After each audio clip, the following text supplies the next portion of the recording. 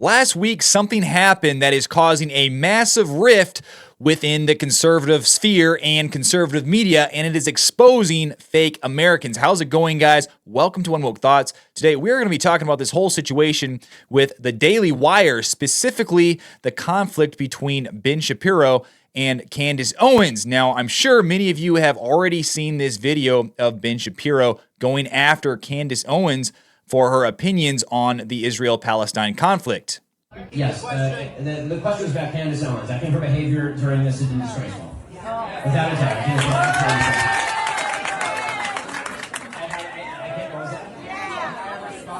think she still works for my company. And I think she's been absolutely disgraceful.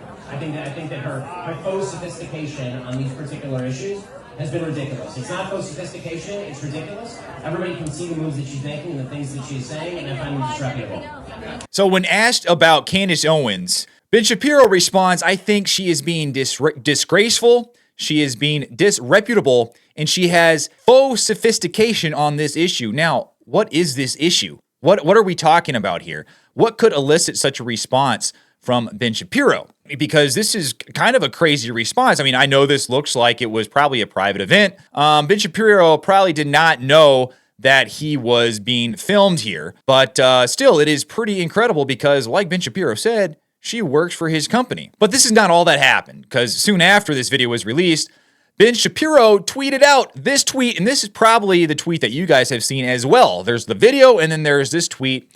Most of you probably don't know what the context surrounding these posts are, but Ben Shapiro tweeted out that Candace Owens should quit the Daily Wire, and this was in response to a tweet by Candace Owens of a Bible verse that she shared on Twitter. And let's read this tweet and try to deconstruct why Ben Shapiro would be tweeting at Candace Owens to quit due to this post. So Candace Owens, she tweets out, "Blessed are the peacemakers, for they shall be called the children of God. Blessed are they which are persecuted for righteousness' sake, for theirs is the kingdom of heaven. Blessed are ye when men shall revile you and persecute you, and say all manners of evil against you falsely for my sake.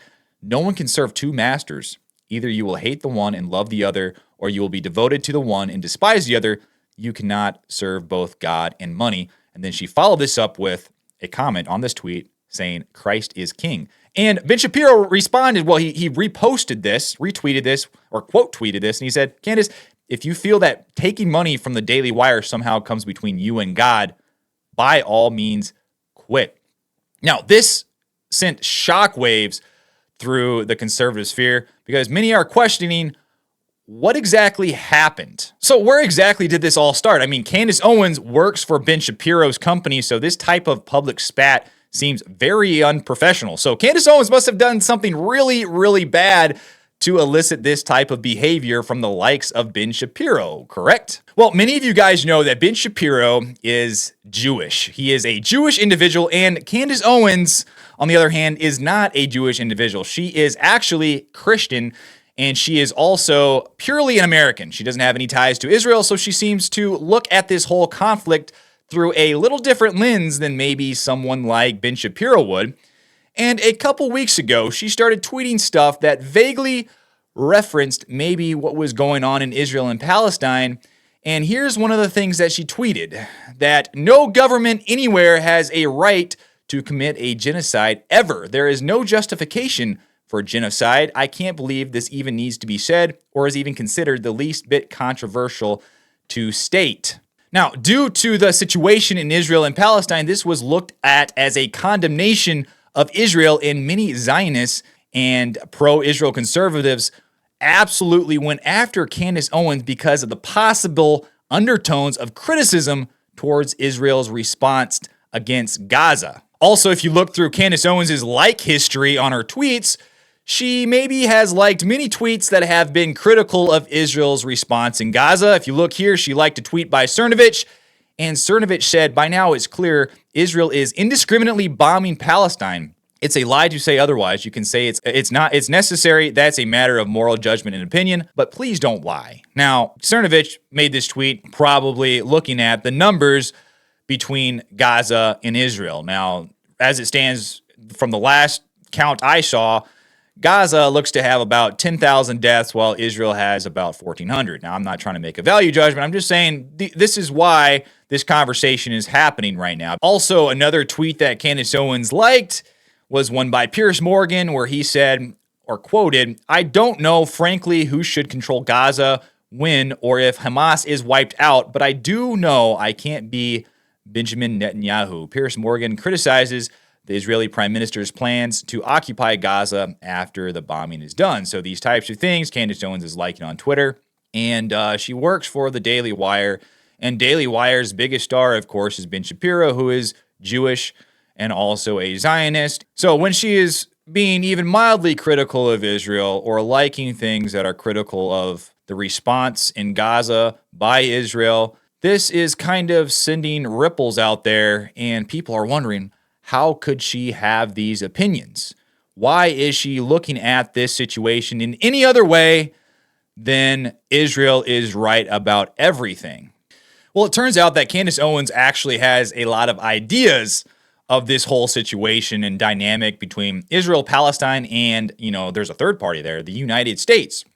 She has been extremely critical of many of our leaders within the United States whose actions and words show that Israel and not the United States of America is in the forefront of their minds when it comes to any sort of policy that they support. And this is important. Why? Well, because ultimately what these individuals are running for is president of what?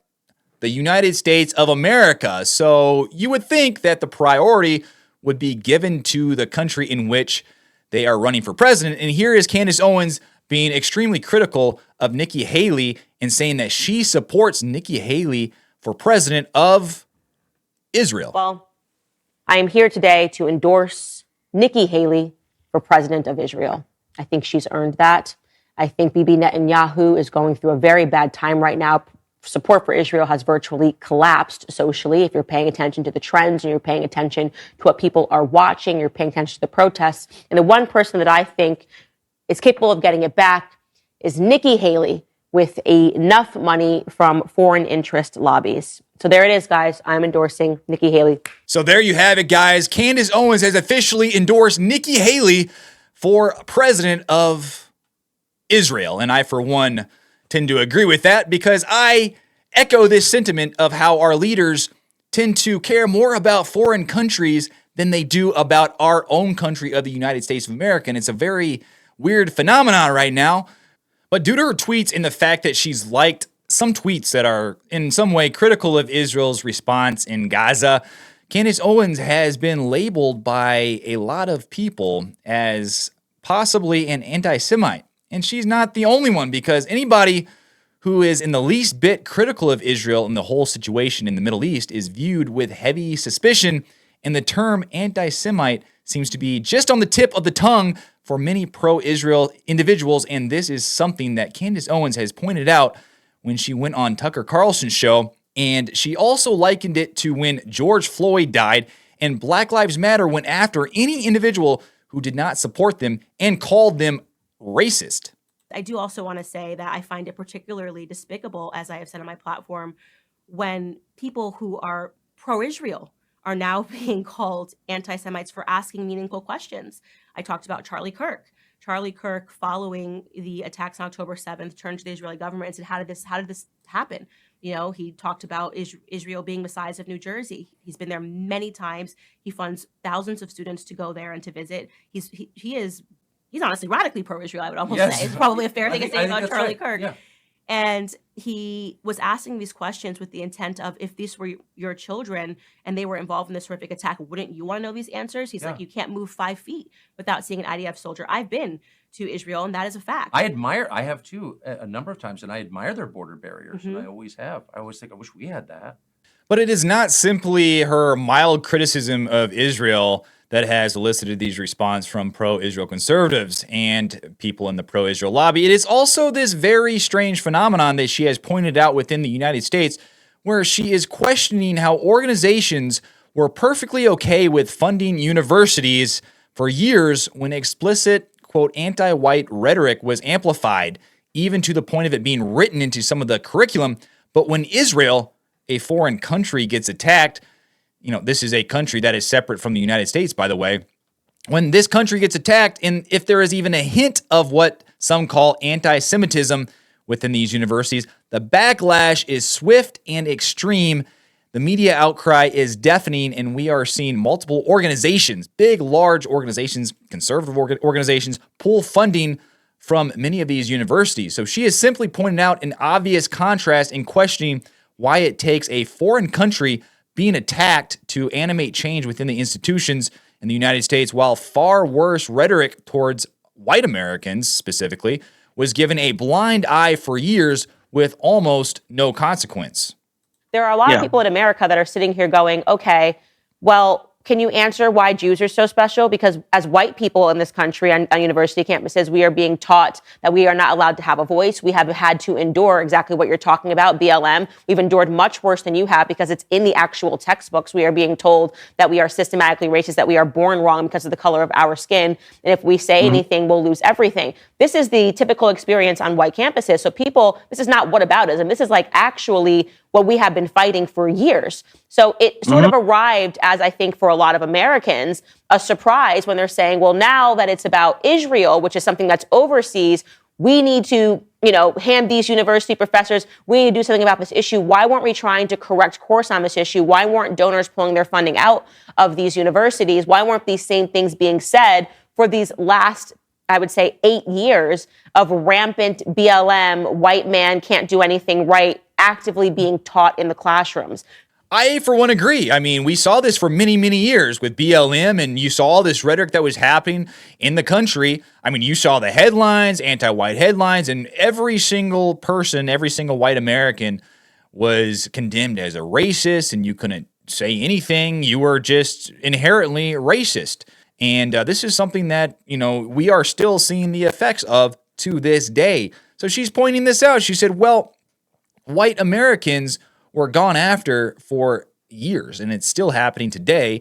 And you don't see this outcry in the media. You don't see this outcry of organizations pulling out of universities, trying to go on the offensive against this type of narrative. But all of a sudden, a foreign country gets attacked, and whenever there's any dissent as to, an idea that might go against how Israel is handling the situation, or maybe protest, or maybe, something innocuous that someone might say on a university, it is seen as anti-Semitism.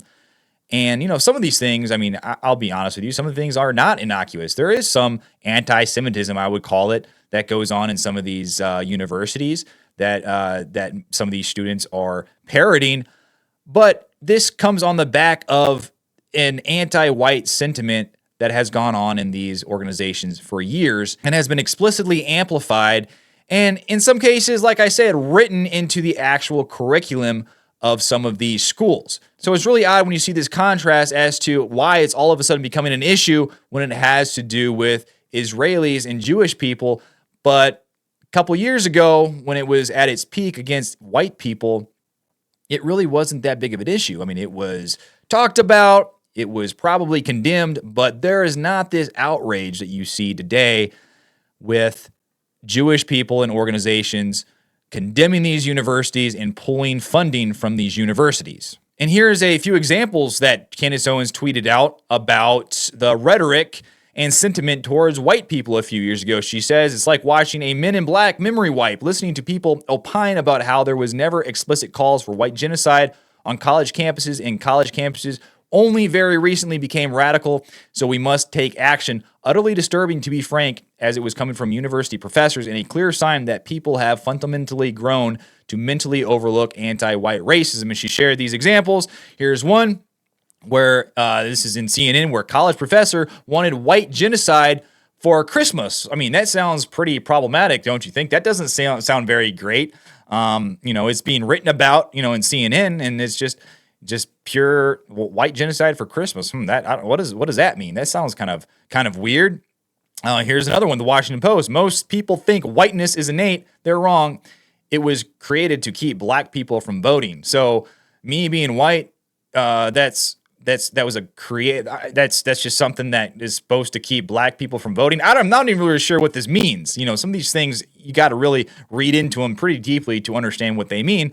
And then the last one here, how white supremacy became part of nations' fabric. So, you know, these are all headlines that have to do with white people and their inherent desire to just, I don't know, be mean towards minorities, or, you know, we think we're supreme or better in some way.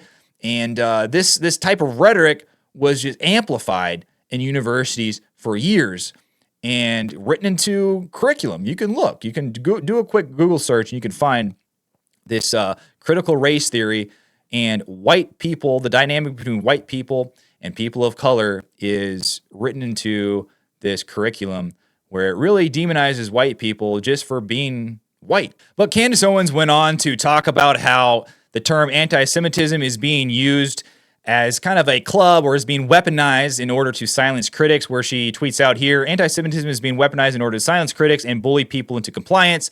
That Charlie Kirk, Elon Musk, and Thomas Massie have recently been smeared as anti-Semites is proofs of this charge. Now, of course, when she's talking about Thomas Massie specifically, now, Thomas Massie recently voted against giving foreign aid to Israel to support their conflict in Gaza. And he tweeted this out a couple weeks ago, that lobbyists for Israel are running hit pieces against me this week on TV. Jewish Insider asked me to comment on the ads, but won't show me the ads they have in their possession unless I promise to keep the hit pieces confidential. Folks, you can't make this stuff up. So the Jewish lobby, the Israel lobby, is going after Thomas Massie. He's been smeared as an anti-Semite simply because he wants to put America first, just like many conservatives wanted to put America first in the Ukraine-Russia conflict. We didn't want billions of dollars going to this conflict when our own country is struggling when it comes to immigration, when it comes to our infrastructure in our cities, when it comes to the fentanyl crisis. There's all these things that money could go towards, but instead we are focusing on these foreign wars. And Thomas Massie had that perspective when it came to the Ukraine-Russia conflict, and he also has that same perspective when it comes to this conflict between Hamas and Israel. So he hasn't changed his tone one bit, but they are still using these terms like anti-Semite to smear him, to smear Candace Owens, and also there's another one. Charlie Kirk has also been smeared because he dared to ask some questions about the nature of the attacks and how Israel has one of the best militaries in the entire world, one of the best intelligence agencies in the entire world, and they just didn't catch this. They didn't know that this attack was going to happen because, as many of you know, Hamas is not a very well-funded organization. They tend to have homemade weapons, and they tend to use what they can to attack Israel. But Charlie Kirk, he questioned that on one of his shows, and he was smeared as an anti-Semite by a lot of these pro-Zionist individuals and these Israel lobbies.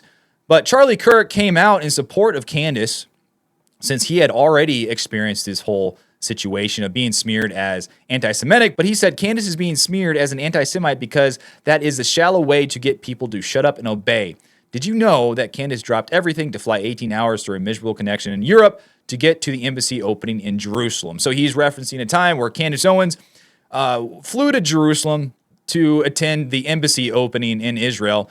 And he's trying to show, like, listen, Candace is not anti-Israel, but she can have opinions that are nuanced towards Israel's response in this situation. And she can also have opinions when it comes to the way she is being smeared and the strange idea that maybe people in the United States should be putting America first other than maybe a foreign country that is involved in a conflict. But Candace Owens is not the only one who is somewhat critical of Israel and what is going on in the Middle East.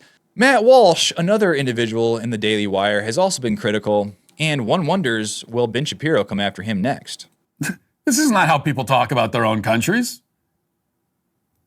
This is a uniquely modern American phenomenon. It's like a sickness, a mental sickness, where some of our leaders, or would-be leaders, profess greater admiration and love for and pride in foreign countries than their own. It's just a crazy thing to say. Again, so there you have it, guys. Even Matt Walsh is noticing this phenomenon happening in our country where leaders and a lot of the people in power in these powerful institutions are going to war for Israel. And we've never seen an outcry this intense about anything that is happening in our own country. But when it comes to Israel, we see this massive uprising in support of Israel. And anyone that does not jump on this train, that does not echo these sentiments, 100% is ripped to pieces and slandered and smeared. But this is the whole situation that is going on at the Daily Wire right now. This is what is causing a huge rift within conservative media. But what do you guys think about this whole situation? Is Candace Owens wrong? Is Ben Shapiro wrong? Are they both wrong? What is going on? Do you think our leaders should be more concerned with a foreign country than with our own country? Let me know. Give me your opinion down below in the comments. And like this video and follow my page. I would really appreciate it. But until then, guys, I will see you on the next one.